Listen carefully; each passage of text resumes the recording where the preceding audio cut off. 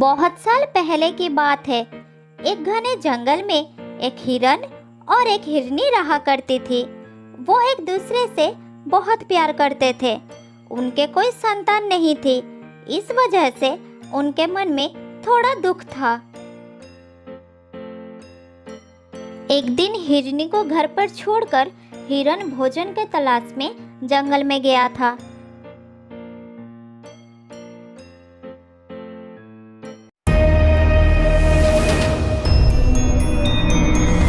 उसी समय एक शेर आया और हिरन का पीछा करने लगा। जब हिरन ने पीछे मुड़कर शेर को देखा तब वो बहुत डर गया और भागने लगा।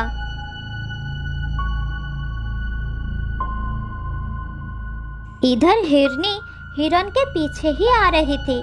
जब उसने अपने पति के प्राण संकट में देखा तब वो दौड़ने लगी और दौड़ते दौड़ते शेर के सामने आ गई। हिरनी को सामने देखकर शेर ने अपनी गति धीमी कर दी। उधर हिरन बहुत आगे निकल चुका था। हिरनी को सामने देखकर शेर ये मौका गंवाना नहीं चाहता था। वो हिरनी के ऊपर झपट पड़ा। हिरनी को दबोच लेने के बाद शेर बोला, मुझे तो अपनी शिकार से मतलब है, भूख मिटाना है, इसलिए हिरन नहीं मिला तो क्या हुआ, हिरनी मिल गई। उधर हिरन आगे निकलने के बाद जब वो पीछे मुड़कर देखा तो उसे बहुत दुख हुआ। उसने देखा कि हिरनी को शेर ने दबोच लिया है। हिरन समझ गया कि उसकी जीवन संगिनी ने उसे बचाने के लिए अपने प्राण की आहुति दे दी है। वो ये दुख बर्दाश्त नहीं कर सका और रोने लगा। यदि मैं ये जानता तो अपने आप को शेर के सामने आहुति दे देता और अपनी हिरनी को बचा लेता। मेरी हिरनी ने मेरे लिए इतनी बड़ी कुर्बानी दे दी जो कोई नहीं दे सकता। हे भगवान, मुझे भी मृत्यु चाहिए। मैं अपनी हिरनी के बिना नहीं जीना चाहता। अब मैं घर वापस नहीं जाऊंगा।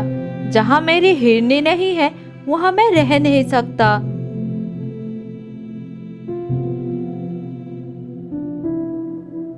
हिरन ने खाना पीना छोड़ दिया। वो अपने घर नहीं लौटा। वो जंगल में इधर उधर भटकता रहा। 2 दिन तक वो भटकता रहा। इतने में उसे बहुत प्यास लगा। अचानक उसने देखा कि कुछ दूर पर पानी चमक रहा है। उसके मन में आशा जगा और वो आगे बढ़ गया। जब हिरन वहाँ पर पहुँचा तब वहाँ पर पानी नहीं था। वो तो एक रास्ता था, उसे पानी का आभास हुआ था। तब हिरन बहुत उदास हो गया। हे भगवान, अब मैं क्या करूं? मैं इतनी दूर चला आया लेकिन फिर भी प्यासा का प्यासा रह गया। मेरा गला सूखा जा रहा है। मैं और चल नहीं सकता।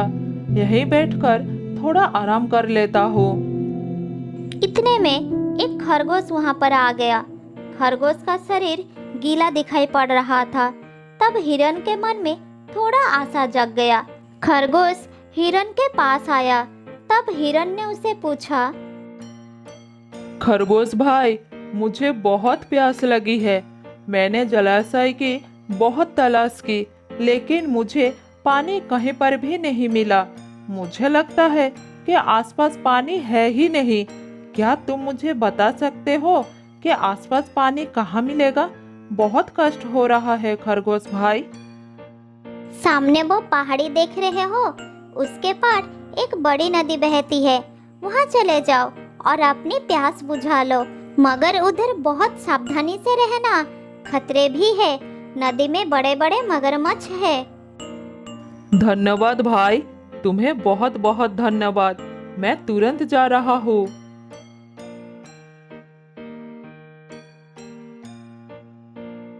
हिरन तेजी से पहाड़ी पार करते हुए नदी किनारे पहुंच गया। उसने चारों तरफ अच्छी तरह से देखा और नदी में पानी पीने लगा। पानी पीते पीते भी वो बड़ी सावधानी से देख रहा था। अचानक उसे नदी में एक मगरमच्छ आते हुए दिखाई दिया। तब वो सावधान हो गया।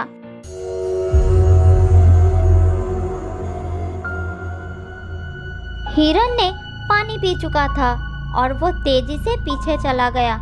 उसने जब पीछे मुड़कर देखा तो वही शेर कुछ झाड़ियों के पीछे घात लगाते हुए बैठा था।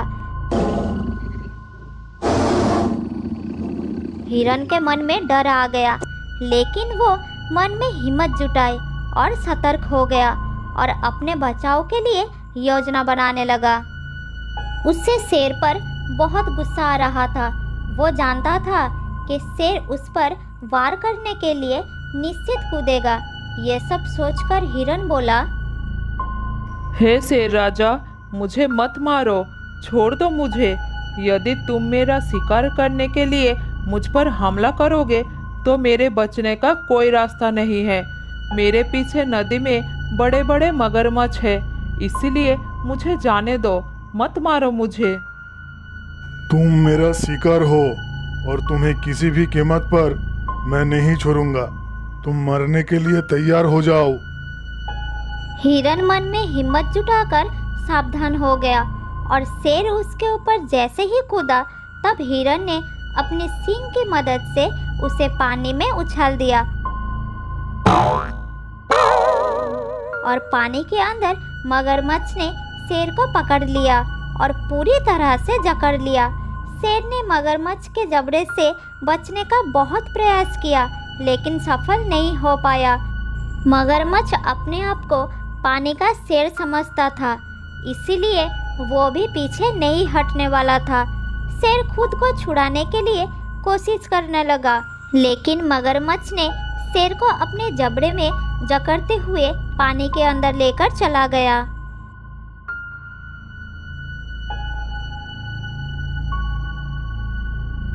इधर नदी के किनारे खड़ा होकर हिरन ने देखा कि उसकी हिरनी की हत्यारे खुद मगरमच्छ का शिकार बन गया।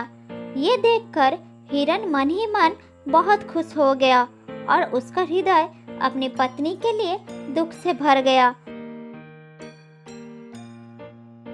फिर हिरन अपने घर लौटने के लिए वहां से चल पड़ता है। थोड़ी दूर जाने के बाद रास्ते में उसे वही खरगोश मिल गया। हिरन को उदास देखकर खरगोश बोला, हिरन भाई, तुमने तो अपनी प्यास बुझा ली होगी, फिर भी तुम उदास क्यों दिख रहे हो? क्या हुआ है हिरन भाई, बताओ ना मुझे। क्या बताऊं खरगोश भाई, मेरी जीवन संगिनी का साथ छूट गया है। वो हमेशा के लिए मुझे छोड़कर चली गई, जहाँ से वो कभी भी वापस नहीं आ सकती। वो बहुत अच्छी और प्यारी थी, बहुत प्यार करती थी मुझे। इतनी अच्छी और प्यारी थी तो क्यों चली गई और कहाँ चली गई? वो भगवान के पास चली गई, उसे एक शेर ने मार दिया। सबसे ज्यादा दुख तो इस बात का हुआ कि उसकी जान मेरी वजह से गई। उसने मुझे बचाने के लिए अपनी जान को कुर्बान कर दी। शेर मेरा शिकार करने के लिए मेरे पीछे दौड़ रहा था, तभी हिरनी उसके सामने आ गई और शेर ने मुझे छोड़कर हिरनी को अपना शिकार बना लिया। ये बहुत दुखदायक घटना है, तुम्हारे साथ बहुत अन्याय हुआ है। ठीक है, तुम सावधानी से रहना, एक दिन सब ठीक हो जाएगा, देख लेना। इतने में पहाड़ के पास से एक आवाज आई, मेरे प्यारे हिरन, मैं तुम्हारे पास आ रही हूँ, मैं तुम्हें देख पा रही हूँ। अरे, ये तो मेरे हिरनी की आवाज है। कहाँ हो तुम हिरनी, कहाँ हो? तब हिरन ने देखा उसकी हिरनी झाड़ियों के पीछे से निकलकर उसकी ओर आ रही है।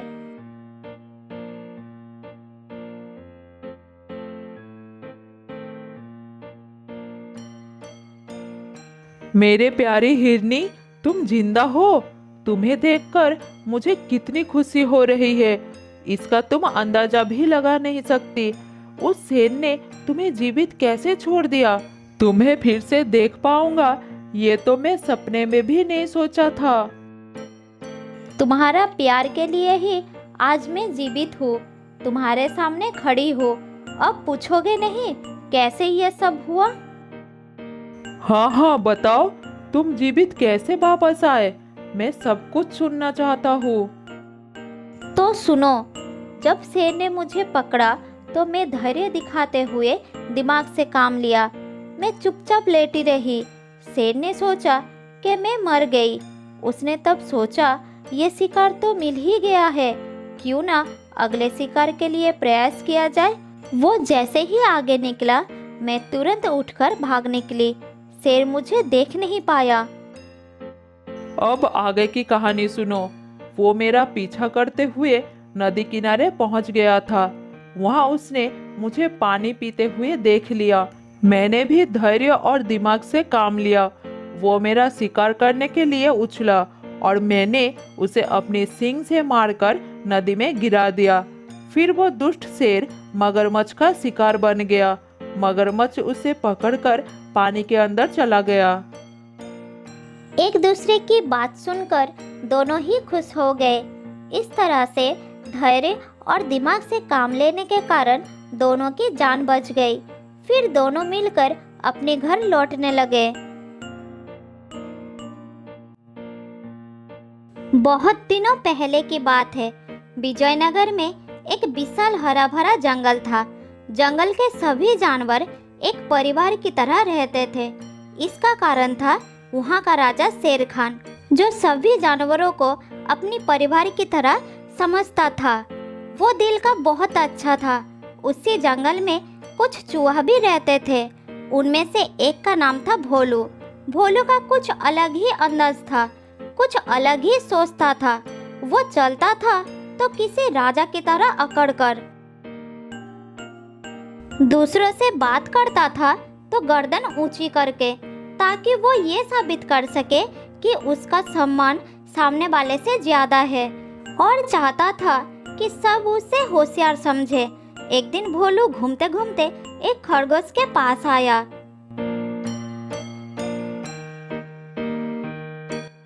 क्यों भाई भोलू, इतनी तेजी से पैर पटक पटक कर कहाँ जा रहे हो?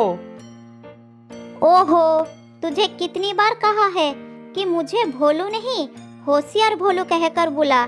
मतलब होशियार भोलू जी, आप कहाँ जा रहे हैं? ऐसे बुलाया कर। याद रखना, अगली बार गलती नहीं होनी चाहिए। क्यों भाई, तुम्हारा नाम तो तुम्हारे माँ बाप ने भोलू ही रखा है ना? अरे भाई, नाम तो गुणों के अनुसार होना चाहिए ना। मैं होशियार हूँ, इसीलिए मेरा नाम होशियार भोलू ही होना चाहिए। तुम्हें ऐसा क्यों लगता है कि तुम ही होशियार हो और बाकी सारे बेवकूफ है? बताओ बताओ, क्यों लगता है? इसका तो पता नहीं, पर मुझे ऐसा अनुभव होता है कि मैं बहुत होशियार हूँ। अच्छा होशियार भोलू जी, अपना होशियारी का थोड़ा ख्याल रखना, क्योंकि जो ज्यादा होशियार है ना, वही दूसरे के हाथ मार खाते हैं। ये कहकर हंसते हंसते खरगोश वहाँ से निकल गया। लेकिन भोलू वहीं खड़ा होकर सोचने लगा,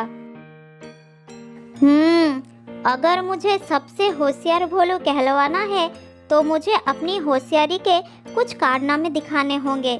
फिर सब अपने आप मुझे होशियार भोलू कहकर बुलाएंगे। ठीक है, चलता हूँ, देखता हूँ पूरे जंगल में कहीं मुझे होशियारी दिखाने का मौका मिल जाए।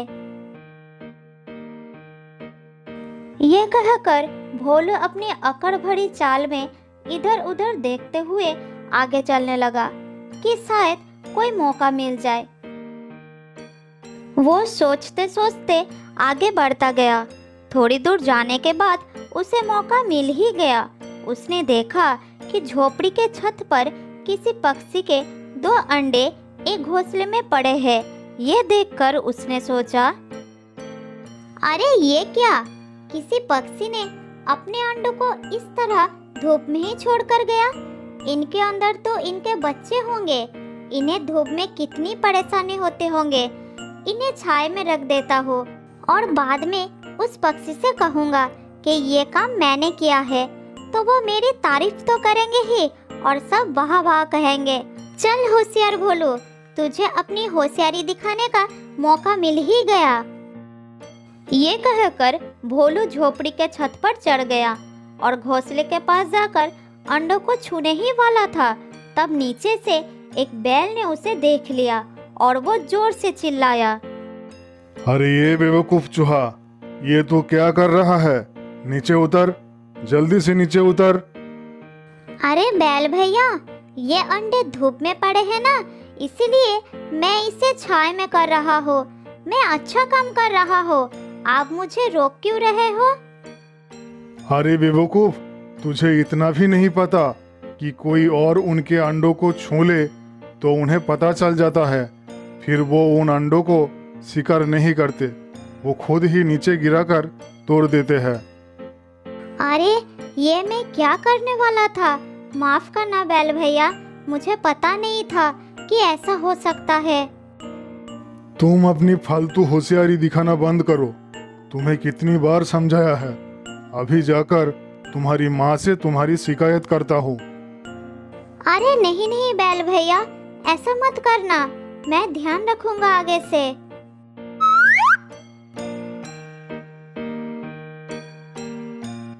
ये कहकर भोलू छत से उतरकर आगे बढ़ चला। चलते चलते वो थक कर एक जगह पर बैठ गया और सोचने लगा, अरे अच्छा हुआ बैल भैया ने बचा लिया, अगर वो समय पर नहीं आते तो ना जाने क्या हो जाता। कोई बात नहीं, गलती तो सबसे हो ही जाता है, इसका मतलब ये तो नहीं कि मैं होशियार नहीं हूँ। कोई ना कोई मौका तो मिल ही जाएगा होशियारी दिखाने का। ठीक है, चलता हूँ। ये कहकर भोलू फिर से होशियारी दिखाने का मौका तलाशने लगा। थोड़ी दूर जाकर उसने देखा कि दो चिड़िया एक पेड़ के डाल पर तिनका लगा रहे हैं। भोलू उन्हें देखकर रुक गया और कहा, अरे मिल गया मौका, मिल गया। ये बेचारी चिड़िया पेड़ की डाली से तिनके हटा रही है ताकि पेड़ की खूबसूरती खराब ना हो और इन्हें डाल पर बैठने में दिक्कत ना हो। मुझे अभी उनकी मदद करनी चाहिए। ये सोचकर भोलू सीधा पेड़ के ऊपर चढ़ गया और एक झटकों में सारे तिनके नीचे गिरा दिया और सीना तान के खड़ा हो गया। देखा, कितनी आसानी से मैंने तुम्हारा काम कर दिया, तुम्हें तो पूरा दिन लग जाता। बेवकूफ कहीं के, ये क्या किया तूने? हमारा सारा मेहनत बर्बाद कर दिया। तुम्हारी इतनी मदद कर दी मैंने और कह रही हो सारा काम बर्बाद कर दिया। मदद या दुश्मनी, हम यहाँ घोंसला बनाने की कोशिश कर रहे थे और तूने हमारा सारा काम बिगाड़ दिया। कितनी मेहनत से एक एक तिनका जुटाया हमने। अभी जाकर तेरी मम्मी से तेरी शिकायत करती हूँ। ये कहकर दोनों पक्षी उड़ गए। डर के मारे भोलू के पसीने छूटने लगे। अरे ये मैंने क्या कर दिया, फिर से गड़बड़ हो गई। भाग ले भोलू, जल्दी यहाँ से भाग ले।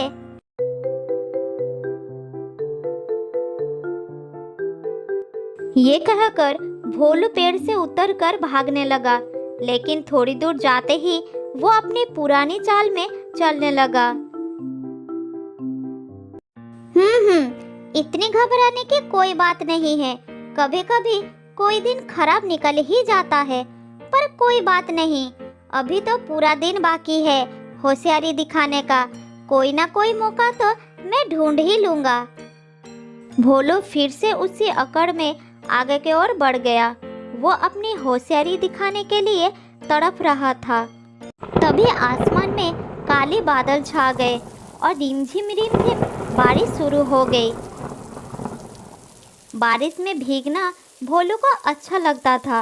वो बारिश में भीगते भीगते नाचने गाने लगा। तभी उसकी नज़र खरगोश के बिल पर गया। फिर वो सोचने लगा, अरे वाह, मिल गया मौका होशियारी दिखाने का। बारिश का पानी खरगोश के बिल में जा रहा है। मैं बिल को बंद कर देता हूँ। अगर बिल में पानी भर गया तो बेचारे खरगोशों को दिक्कत होगी।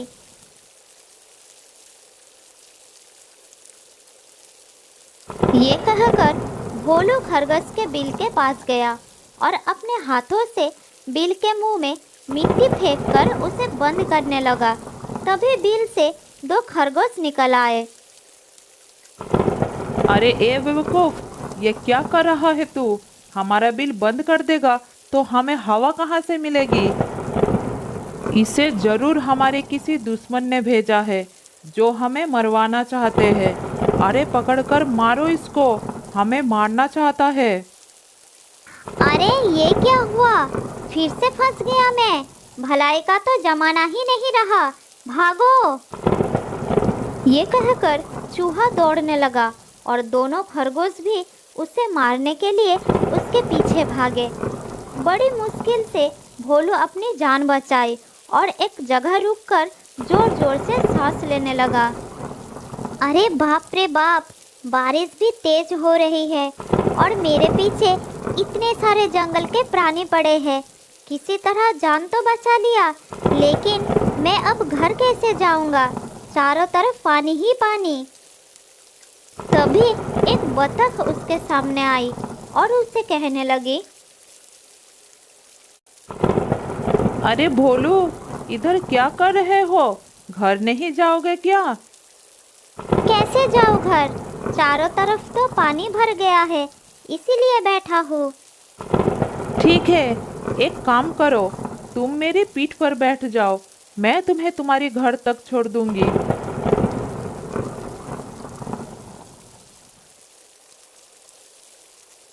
फिर भोलू ने बतख की पीठ पर बैठ गया। बतख तैरती हुई भोलू के घर की तरफ चलने लगी। भोलू के घर के पास पहुंचकर बतख बोली, लो भोलू, तुम्हारा घर आ गया, संभल कर जाना। जंगल के बहुत सारे जानवरों ने तुम्हारी शिकायत की है, तुम्हारे मम्मी गुस्से में है। क्या? मेरी मम्मी गुस्से में है? तुमने पहले क्यों नहीं बताए? मैं घर आता ही नहीं। मैं कोई बेवकूफ़ थोड़ी ही हूँ तुम्हारी तरह। अंदर जाओ और देखो आज तुम्हारी नसीब में क्या है। मैं चलती हूँ।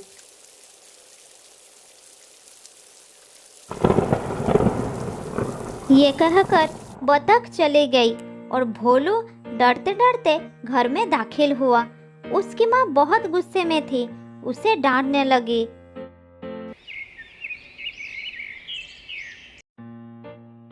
अगली सुबह भोलू को शेर खान के दरबार में पेश किया गया। सभी की शिकायतें सुनने के बाद शेर खान बोले,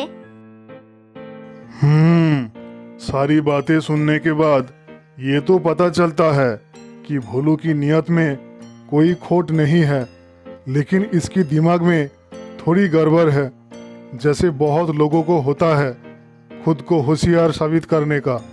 अब भोलू की सजा यही है कि इसका नाम बेवकूफ़ भोलू रख दिया जाए और 1 हफ्ते के लिए ये अपनी घर में ही बंद रहे और इसके मम्मी पापा इसे समझदारी की बातें सिखाए। अब भोलू अपने घर के कमरे में बंद था। सब ठीक है, लेकिन नाम बदलकर बेवकूफ भोलू रखने का क्या जरूरत थी?